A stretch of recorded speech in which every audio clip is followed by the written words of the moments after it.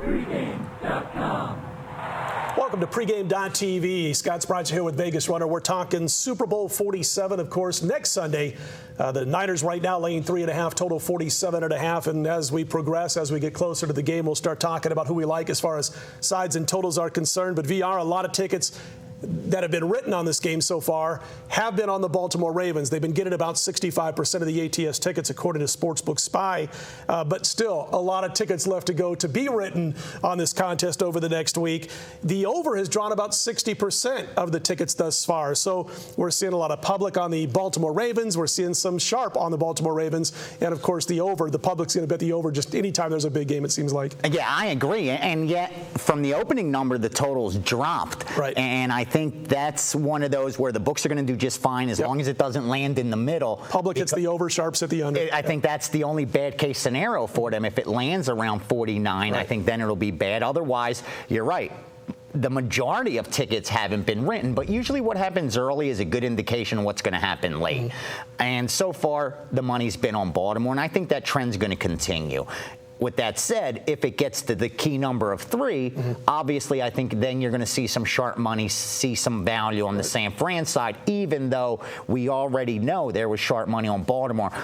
With this matchup, Scott, I think it's one of those situations where, as a bettor, you either bet with stats, meaning you know the better team, San Fran, if you look at advanced metrics, or you bet momentum.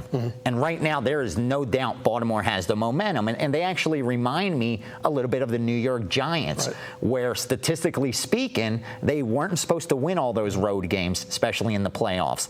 And yet, when they played a superior team in the Super Bowl, they had the momentum and they won the game. And I think that's what it looks like. If you look at just stats, I don't think anyone's going to argue San Fran's the better team, even though if you look at the common opponents amongst the two, Baltimore's had the better statistics against those teams. You can't judge just because I beat you, he should beat him, that kind of thing. It doesn't work in sports. But with that said, there's no doubt Baltimore right now, who was a dog in 5 of their last 6 games of the season, all of a sudden, they're representing the AFC in the Super Bowl. Yeah, it got hot at the right time, and I like the bold move they made midseason when they fired Cam Cameron, their then offensive coordinator, and we see Caldwell doing a great job of changing the look of this offense, and it's helped the defense too. We were talking way back in August on First Preview Radio, you, Marco, talking about how the new look Baltimore offense was going to affect this aging defense, keeping them on the field too long, and they were already a team that was in regression as far as the defense was concerned. The no-huddle offense was going to keep them on the field. And it didn't work. And they fired Cam Cameron. They look like they got really very little shot to be where they are now. And Caldwell simplifies the offense, and they get Ray Rice more involved now. And the defense has played better. You know the interesting thing about this? Everybody was saying that Ray Lewis is washed up. They're actually 8-1 when Ray Lewis plays, 5-5 without him. So he's definitely making a difference on the field. In the first playoff game, he gets double digits in sacks, and he's in on just about every play against the Indianapolis Colts. But here's what I noticed that Baltimore is able to do that's got them to this point. They're not making any mistakes in the playoffs. If you don't take care of your opportunities when you get them against the Baltimore Ravens, you're going to pay for it. Indianapolis over 400 yards, couldn't figure out how to punch the ball in the end zone. They lose 24-9. Then, of course, you have last week, or a couple weeks ago, the Denver Broncos.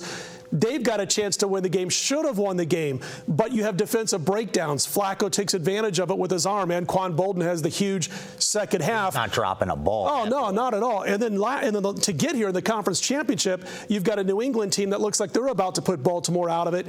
They have 5 possessions inside the Baltimore 30-yard line. They can't find the way to reach pay dirt. And with the lead, Wes Welker drops that pass, which completely changes the momentum. If you're going to make a mistake, Baltimore's making you pay. And you think that's the sign of an experienced team. As far as playoff experience goes, I got to give the edge to the Baltimore Ravens in this one, even though San Fran this defense has been one of the best now. It's been going 2-3 years, what have you. I think playoff experience, it's Baltimore team that's coming in with that experience and even had the tougher road. I mean, let's look at what they've done. Forget the Colts game. They beat the Colts with a rookie quarterback. And like you said, Colts were really in that game, at least statistically speaking. But they went to Denver and beat the team that was supposed to represent the AFC in the Super Bowl, the favorites. Not just the favorites. In fact, they were the favorite to win the Super Bowl. that was the reason the AFC was -3 when these playoffs started. If you wanted to bet the Super Bowl, you had to lay 3 with the AFC, thinking Denver was going to represent them, or at the worst, New England was going to represent them. They beat Denver on the road. Then they go to New England, who doesn't lose championship games at home, and they beat them as well. Right. I got to give credit where credit is due, and it's a little more than them being lucky. They're playing good ball. And they're not making the mistakes. Exactly. Yeah. They're not making any mistakes, and they're not giving you a chance to capitalize. San Fran, though, on the flip side, it's kind of like I think they got the credit they were due when they beat Green Bay the way they beat Green Bay, with Kaepernick lighting it up, and that was all the talk.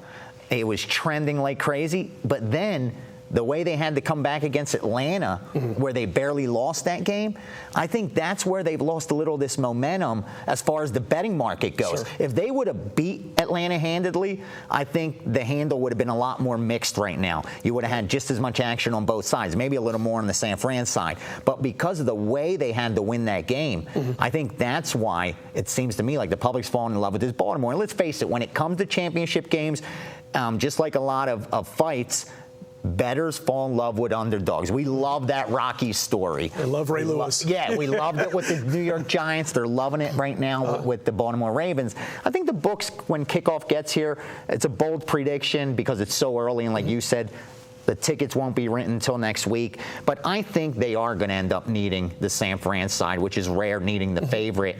And you brought up a great point before we went on camera. I don't want to take it from you, but you said next year's odds.